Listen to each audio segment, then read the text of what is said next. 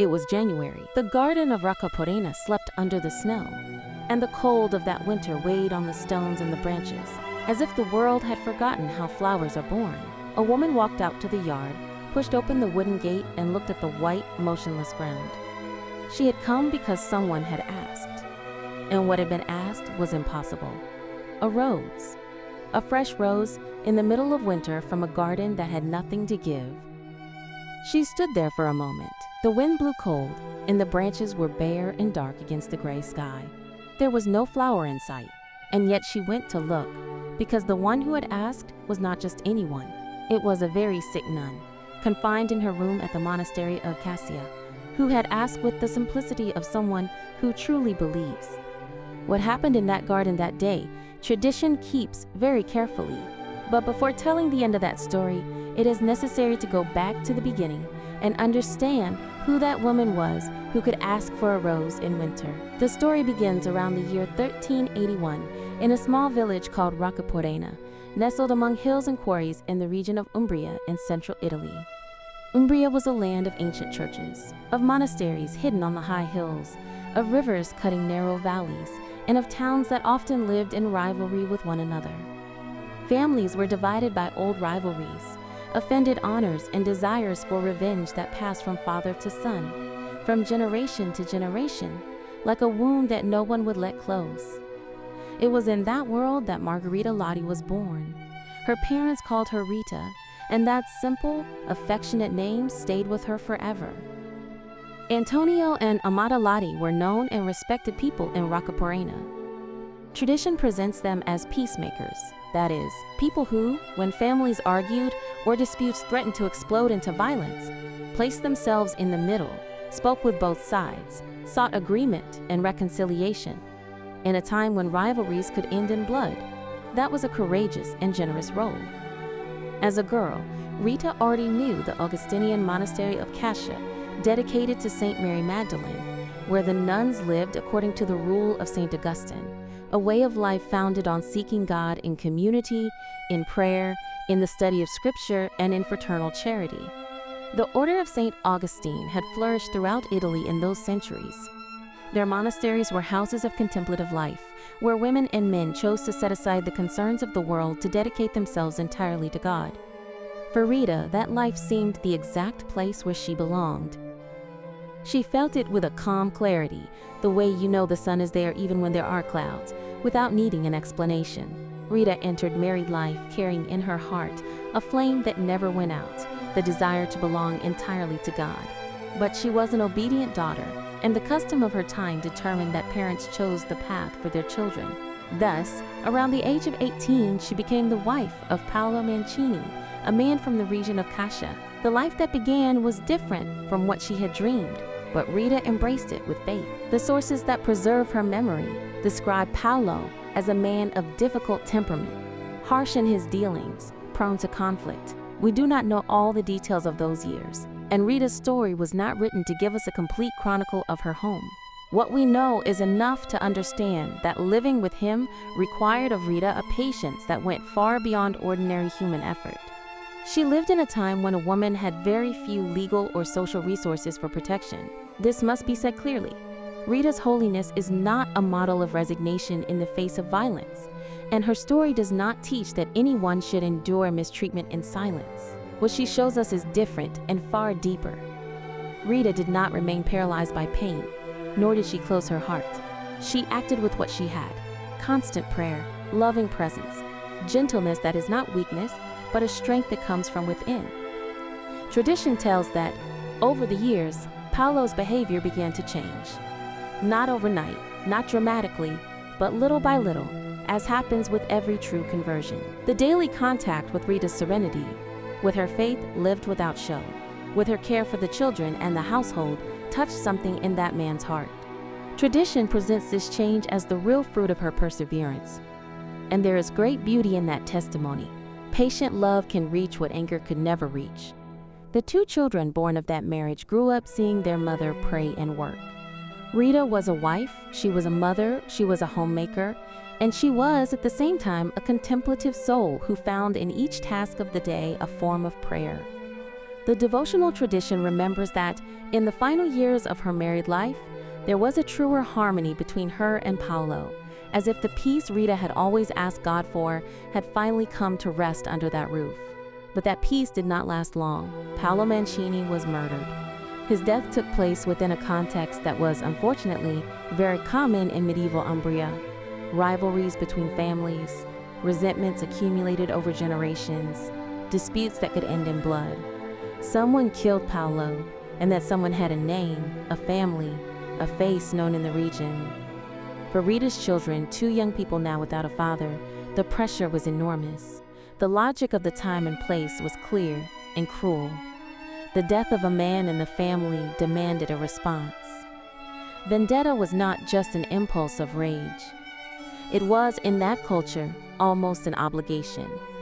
Leaving the father's death unanswered could be seen as cowardice. The 2 boys grew up in that environment and felt the weight. Rita understood the danger, and here she acted, once again, not with passivity, but with determination. She spoke to her sons. She loved them with the firmness of someone who knows that true love sometimes must say no. No to hatred. No to revenge. No to the cycle that had already destroyed so many families, and that could now destroy her sons from within, turning them into something she would never have wished them to be. Devotional tradition preserves the memory of a prayer of Rita in that period, one of the most moving of her life. She asked God to touch her sons' hearts, to turn them away from the path of vengeance. And she even asked God to take them to himself before they became murderers. That prayer must not be misunderstood. Rita did not wish her sons dead like someone who rejects them or who chooses to rid herself of a burden. She was a mother who loved deeply, but who feared something worse than the death of the body. The death of the soul, the hardening of the heart, a whole life marked by another's blood.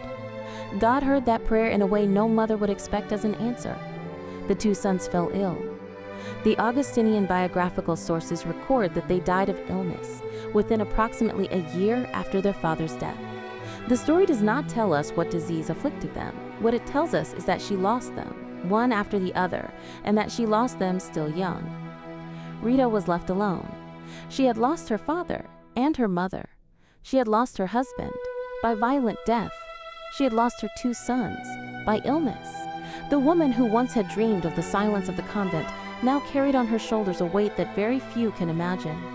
She had nothing left to defend, nothing to protect, nothing to tie her to the world she had known. And it was precisely at that point of total emptiness that something in Rita did not break. On the contrary, it was there that the old flame, the one that had never gone out, began to burn again with a new clarity. What was to come next in her life would be something that neither pain nor mourning could prevent. Rita's pain was real, deep, without adornment, but there was within her something that pain could not erase, a quiet certainty that God does not abandon, even when the human heart cannot understand what is happening. It was this certainty that kept her standing, that made her rise each morning and seek, with all the strength she had left, some good that could still be done. And there was an urgent good before her. Paolo's murder had not ended the rivalry between the families. On the contrary, that death carried within it the seed of new deaths. In Cascia, as in that whole region of Umbria, the cycle of vendetta was almost an unwritten law. One family hurt another, and the other answered, and so violence fed on itself for generations. Rita knew that cycle well. She had prayed for years that her sons not be drawn into it. Now, with no children left to protect, she made a decision that still surprises people today. She would build peace herself. Not as someone above suffering, but as someone who had gone through it and come out transformed. She went to meet Paolo's family and the rival family. She talked, interceded, pleaded, and persisted. There was no bitterness or accusation in her words. There was only the clarity of someone who understands that forgiveness is not weakness, but the most courageous way to refuse violence. The National Shrine of Saint Rita in Cascia preserves the memory of a moment that marked the whole town. The 2 families met, reached out to one another in an embrace of peace, and signed a formal agreement of reconciliation. In a town used to the logic of revenge, that was extraordinary. Rita was not a political figure or a recognized religious authority. She was a widow, a mother who had buried her children, and it was she who convinced two rival clans to bury their hatred as well. That embrace did not erase the losses. It did not bring anyone back to life, but it closed a wound that could have bled for decades, sparing lives that had not yet been born. Rita knew she had done what was hers to do in the world, and she also knew, with that same clear certainty she always had, that there was something more she was being called to. Since she was a girl, she had felt drawn to religious life. Her parents had arranged her marriage according to the custom of the time, and she had accepted it with love and fidelity. But the call never disappeared. Now, free from family responsibilities, with peace established and a clear conscience, Rita turned again to that old desire. She wanted to enter the Augustinian convent of St. Mary Magdalene in Cascia. The answer, however, was neither immediate nor easy. The nuns turned her away, not out of coldness or ill will, but out of prudence. The rivalry between the families had been intense and public. Receiving Rita into the convent could have rekindled tensions, brought the conflict within the cloister walls, and disturbed the peace of the community. The sisters had already seen up close how dangerous those quarrels could be. The refusal was painful for Rita, but she understood it. So she did what she knew best. She did not give up, and she set to work on the obstacle that stood in her way. The peace agreement between the families needed to be more than a symbolic gesture. It needed to be solid enough that no one would fear the rivalry could resurface. Rita tended to this with patience and determination. When the reconciliation became truly stable and recognized, the obstacle that had prevented her entry into the convent disappeared. Around the age of 36, the convent doors finally opened to her. Devotional tradition keeps, about that entrance, a memory very dear to the faithful. It is said that Rita did not enter by the usual path, but was brought into the convent in a mysterious way, by the intercession of St. Augustine, St. John the Baptist, and St. Nicholas of Tolentino. Tradition sees in this gesture the confirmation that God himself had reserved that place for her from the beginning, and that the saints she had venerated since childhood accompanied her to the threshold of that new life. Rita of Cascia was about 36 years old. She did not enter to flee the life she had lived.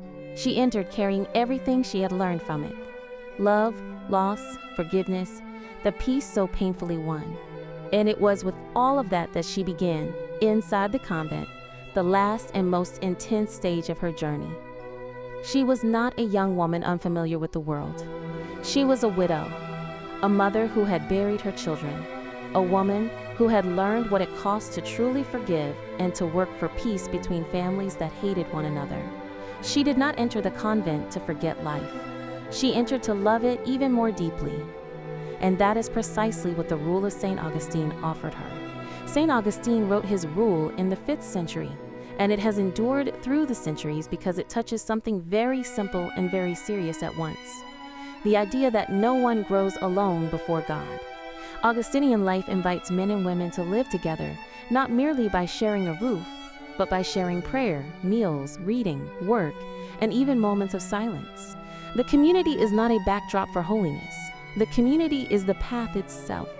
For Rita, who had spent years seeking peace within her home and then reconciliation between rival families, entering that way of common life was not strange.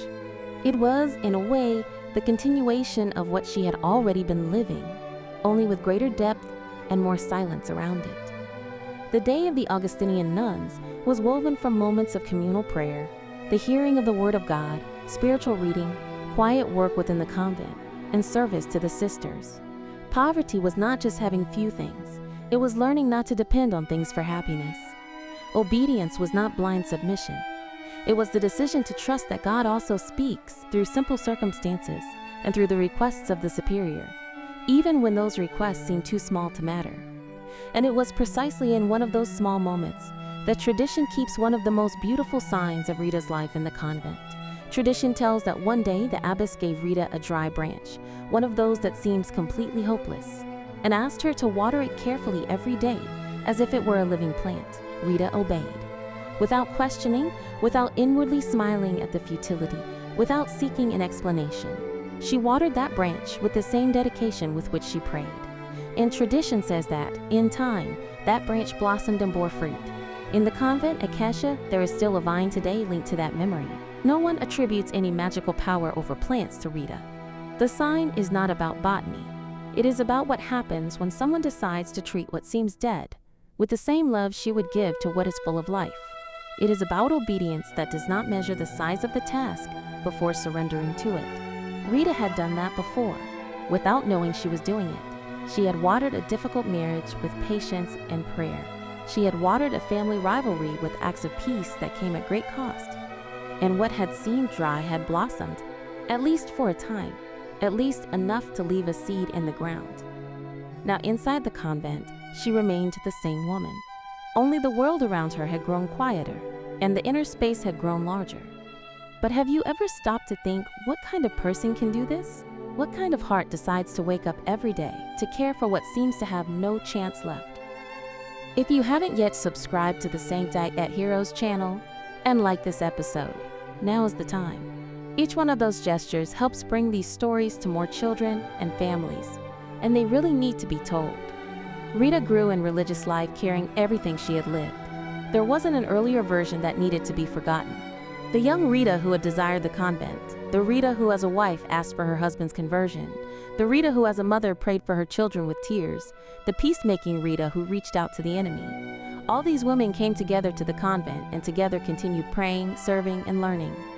And the more she grew in silence and prayer, the more one particular face occupied the center of her contemplation. It was the face of Christ on the cross. The Augustinian nuns had in the Passion of Jesus one of the central meditations of their spirituality.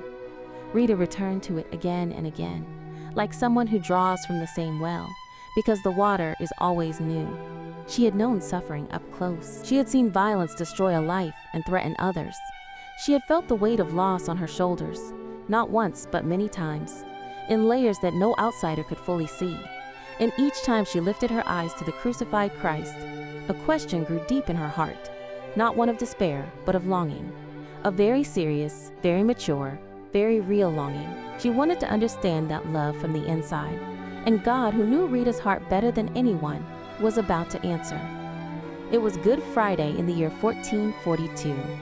In the Augustinian monastery of Cascia, Rita was kneeling before an image of the crucified Christ. She had lived within those stone walls for 15 years, and in that time she had learned that prayer is not only consolation, it is the place where the heart allows itself to be touched by the heart of God. That quiet afternoon, something moved her with an intensity she had never felt before. Rita looked at the crown of thorns that encircled Jesus' head. She thought of the passion, of the anguish each thorn represented, of the immense love that sustained that suffering. Tradition says that she asked the Lord for one small thing, almost impossible to put into words. She wanted to share at least a tiny portion of that pain. It was not a desire to suffer for suffering's sake. It was a desire to love in the same way, with that depth that transforms everything. And then, according to the devotional tradition preserved for centuries, a thorn from Christ's crown struck Rita's forehead. A wound opened, visible, painful, real. They were not the 5 wounds of the hands, feet, and side, as other saints received. It was a single wound, linked to that thorn, linked to that crown. Small in size, enormous in meaning. It is important to understand what that wound was not. It was not proof that Rita liked pain, nor a sign that suffering in itself has value.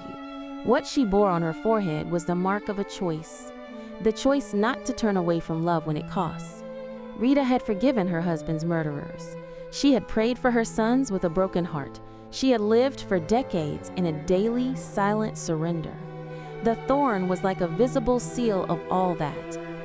St. John Paul II, recalling the figure of Rita, described this stigmata as the authentication of her Christian maturity. Those words are very rich. Christian maturity is not spotless perfection. It is not the absence of suffering. It is the ability to let Christ's love go deep, so deep that it transforms pain into giving and the wound into a source of charity and forgiveness. The faith that reached the thorn was not born in an instant. It was matured over a whole life. The wound remained open. Years went by, and it continued there on Rita's forehead, like a living memory of a Good Friday that had not ended. Life in the monastery continued its rhythm of prayer, contemplation, and service, but now with this additional mark, which was also a daily burden.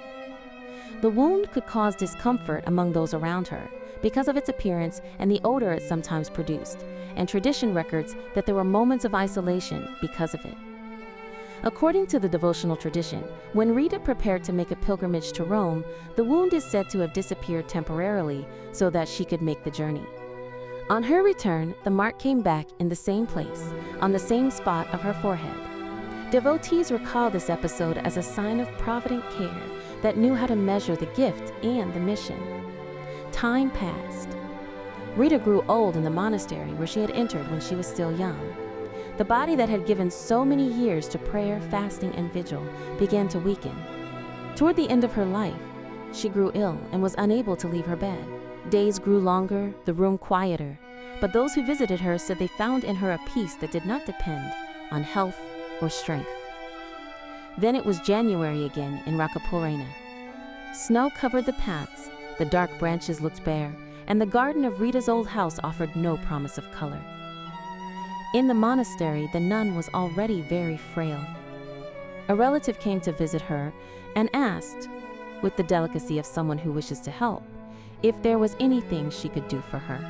Rita asked for a rose from the garden of her home. She did not ask for a rare medicine, nor for riches, nor for someone to take away the illness. She asked for a rose. Those who heard her must have been surprised. In the middle of winter, on the damp hills of Umbria, the idea of finding a living flower seemed impossible. Still, the relative set off for Roccaporena, perhaps moved by affection, perhaps by a small hope she could not explain. The tradition tells that, on arriving at the garden, she found a single fresh rose, open and fragrant, on a bush that should have been asleep. It was not spring. There was no natural reason to expect that flower. And yet there it was, red against the snow, small and silent, like an answer given without many words. The woman picked the rose and hurried back to Cascia. Rita received it with serene gratitude. For her, that flower did not erase the years of pain. It did not bring back those she had lost, nor did it make the illness disappear. The sign was more discreet, and, for that reason, deeper. God remained present. Even when the season seemed impossible, life could still bloom. The tradition adds that Rita also asked for 2 figs from the same garden. Again, it was a time when there should have been no fruit, and, again, the relative found them. The rose and the figs became beloved signs of devotion to Saint Rita. They remind us that Christian hope is not pretending winter does not exist. It is believing that winter does not have the final word. Think how this speaks to all of Rita's life. When she was young, her vocation seemed closed by marriage. When her home was wounded by violence, peace seemed unattainable. When Paolo died, vengeance seemed inevitable. When her sons were lost, all future seemed to disappear. When the monastery closed its doors, the oldest desire of her heart seemed lost. But in each of these situations, she did not give up doing the good that was still possible. That is why Saint Rita's rose is not just a pretty remembrance. It is a question. What in your life seems to be in a winter with no way out? A broken friendship? A hurt no one has healed? A family tired of arguing? A person you pray for who seems not to change? Rita does not offer magical formulas. She points to the patience that works for peace, to the forgiveness that refuses to feed evil, and to the trust that continues to love without yet seeing spring. Even today, on May 22nd, roses are blessed in churches dedicated to Saint Rita. People take those flowers home, offer them to the suffering, and place them before images of the saint. Not because the rose is a talisman, but because it helps to remember a truth of the gospel. For God, no heart is definitively dry, no story is so dark that it cannot receive a crack of light. Rita was coming to the end of her journey. The body rested. The wound on her forehead still recalled her union with the crucified, and her heart remained firm in the one she had loved since childhood. The winter rose seemed to gather her whole life into a single sign. The pain had not been denied, but it had been crossed by love. It was in that same spirit that she reached the day May 22nd, 1457. She had lived for decades in the Augustinian monastery of St. Mary Magdalene in Cascia, carrying on her forehead the wound left by Christ's thorn, united to the passion in a way that marked her face and her heart until her last breath. She died with serenity, like someone who finds at the end of the road what she had always sought.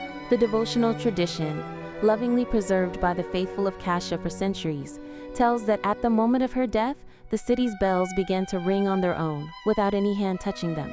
A perfume of roses is said to have spread through the place, and a carpenter who was partially paralyzed and had been called to prepare her coffin is said to have been healed while doing that work. Devotion to Rita began immediately after her death. The people of Cascia and the surrounding area soon began to seek her intercession, and reports of graces received were carefully recorded. The sources of the sanctuary mention the Codex Miraculorum of Cascia, a collection of testimonies of wonders attributed to her intercession. Among them, the cure of a blind man stands out, which helped to strengthen popular devotion and the church's attention to her case. Her body was preserved in the monastery and remained incorrupt.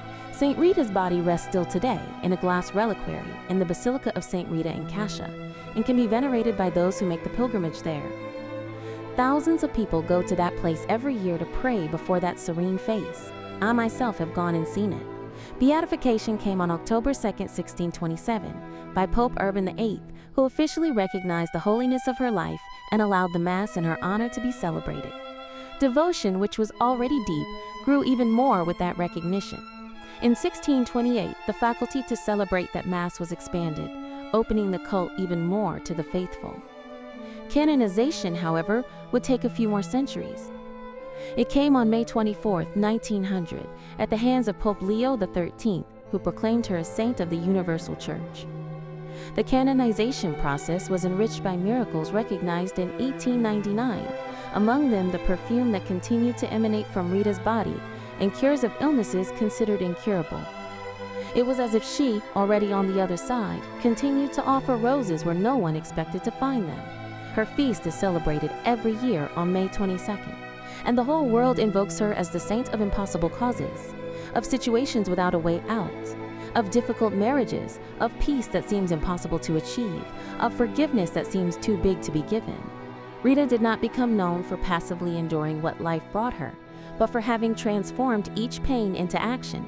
She sought conversion where there was violence, offered forgiveness where there was hatred, built peace where there was vengeance, and found in the crucified Christ the strength for all of this. The story you have just heard is of a woman who did not give up hope even when the garden was covered in snow. Rita lived united to Christ's passion in such a real way that she bore on her own face the mark of that love. That same mystery of the cross, embraced with love amid suffering, appears in another saint's the Sancti at Heroes channel has already presented. Padre Pio also bore the marks of the Passion on his body and became a visible channel of Christ's love for millions of people.